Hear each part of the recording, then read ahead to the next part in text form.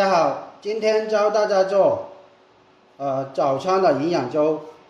红豆八宝粥的这个商业制作方法。首先呢，我们制作这个红豆八宝粥要用到的这个原材料有哪些呢？首先呢，我们用到的是这个是薏仁还有这个呢老冰糖粒。薏仁呢，今天呢我们就按这个6斤水的这个重量的这个配比来教大家做这个红豆八宝粥。就是如果说这个量要增加的话，你们就按照这个比例来去往上调就可以了。按6斤水的这个粥的这个分量来调制。首先呢，这个是薏仁，薏仁的话我们用的是30克，老冰糖粒呢用的是120克，然后呢是这个干百合，干百合的话我们用的是15克，枸杞呢，枸杞的话我们用的是10克的枸杞，还有这个呢红枣，红枣呢放个，我们用大的红枣呢就5个红枣，用小的话，这个红枣呢大概是放个10个左右。它的重量呢，红枣的重量呢是在10克左右啊。然后呢，要用到的是这个干的花生仁干的花生仁呢，我们用的是35克。然后呢，还要用到呢是这个糯米，糯米的话，我们用的是80克。再有一个呢是这个是桂圆这个是桂圆干啊。桂圆干的话，我们用的是20克这个是剥好的这个桂圆干肉。红豆呢，红豆的话我们用的是8克。然后呢，这个是干的这个银耳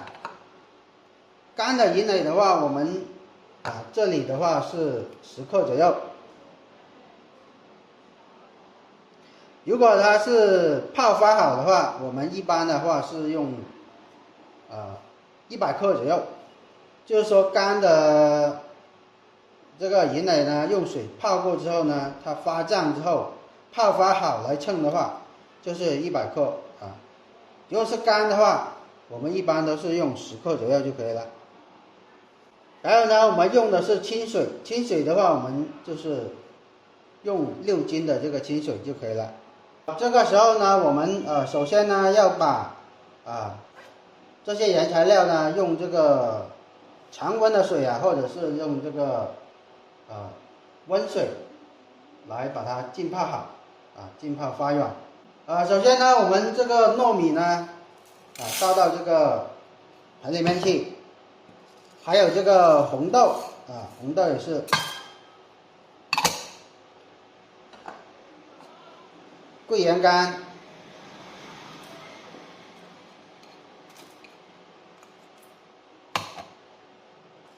薏仁，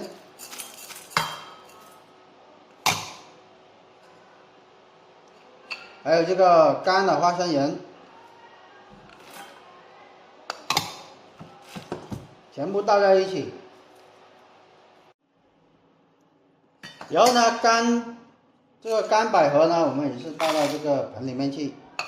是要单独泡发的。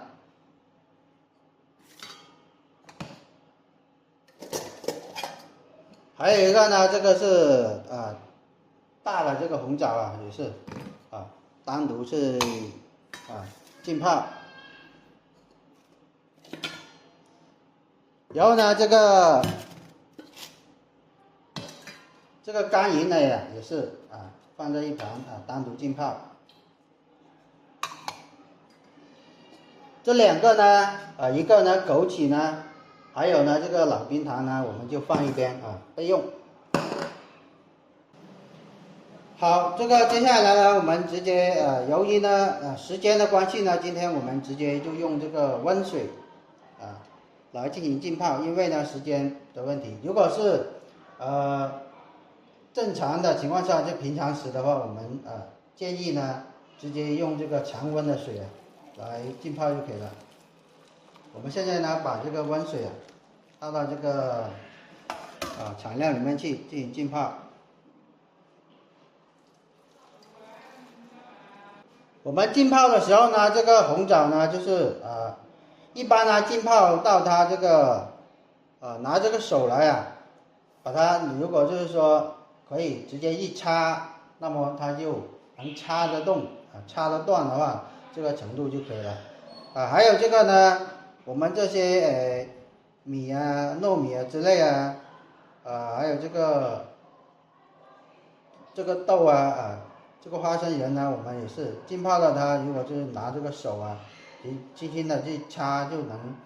插得进去的话，插断的话那就可以了。还有呢，这个是干百合也是插到就是浸泡，看着它浸泡到它那个发软，然后呢用手来能就是直接把它插破就可以这个银奶呢也是银奶的话，我们一般泡它的透明，然后的话拿手去可以撕得烂就可以了。正常情况下呢，我们这些用这个温水来浸泡的话，大概是在浸泡半个小时左右就可以了。如果是常温的水的话就浸泡的话，这个时间要长一点，因为这个米还有这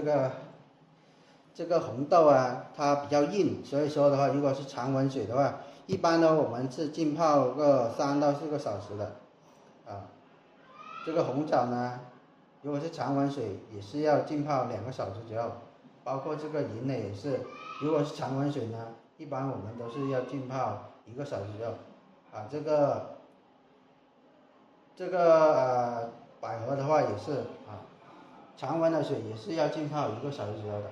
这个时候呢，我们的这个原材料也是浸泡了这个米还有这个花生粒呢，我们浸泡3、4个小时了。我们浸泡的话是这样子浸泡到它这个用这个手指轻轻的去扎它的时候呢可以能扎进去，然后呢这个米呢也是轻轻的扎的话，它就马上就断的话，这个时候呢我们的这个米都可以浸泡，已经是浸泡了。还有这个的话，这个桂圆干也是浸泡它这个发胀胀起来，然后呢就可以了，也是可以轻轻的这样一扎进去就可以了。还有这个薏仁也是这个杏仁呢，我们直接也是浸泡到它可以轻轻的就可以就插断就可以了。红枣呢也是浸泡它这个发胀然后呢这个干银奶呢也是浸泡它发胀就可以了等一下我们把这个银奶呢把它这个头把它去一下先把它改刀。好，现在呢我们呢直接把这个泡好的这个银奶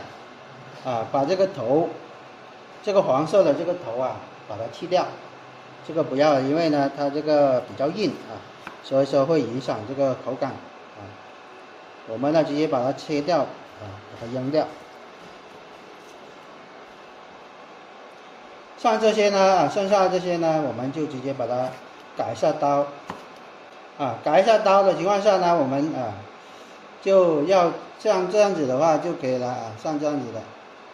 这么小的一块，太大的话也不好我们尽快的把它切细不用刀也可以，直接就拿这个手来撕也可以的。但是的话我们呢要速度快一点的情况下，那么就直接用这个刀来切就可以了切好之后呢，我们装回这个盆里面去备用。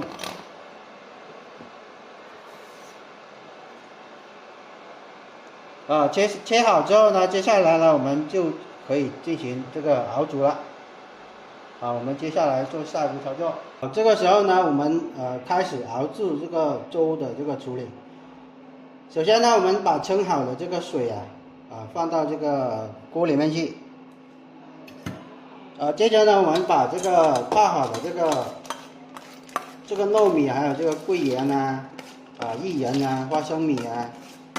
全部倒到这个锅里面去。接着呢，倒入我们的这个杏仁泡好的这个杏仁，包括呢我们这个银耳也全部倒进去。然后呢，我们开大火把它烧开。我们在熬煮的过程中呢，要用这个勺子去不断的去翻动它避免它这个糊底粘锅因为呢这个糯米呢它本身的这个淀粉含量呢比较高所以说的话，我们在熬煮的过程中呢一定要不断的去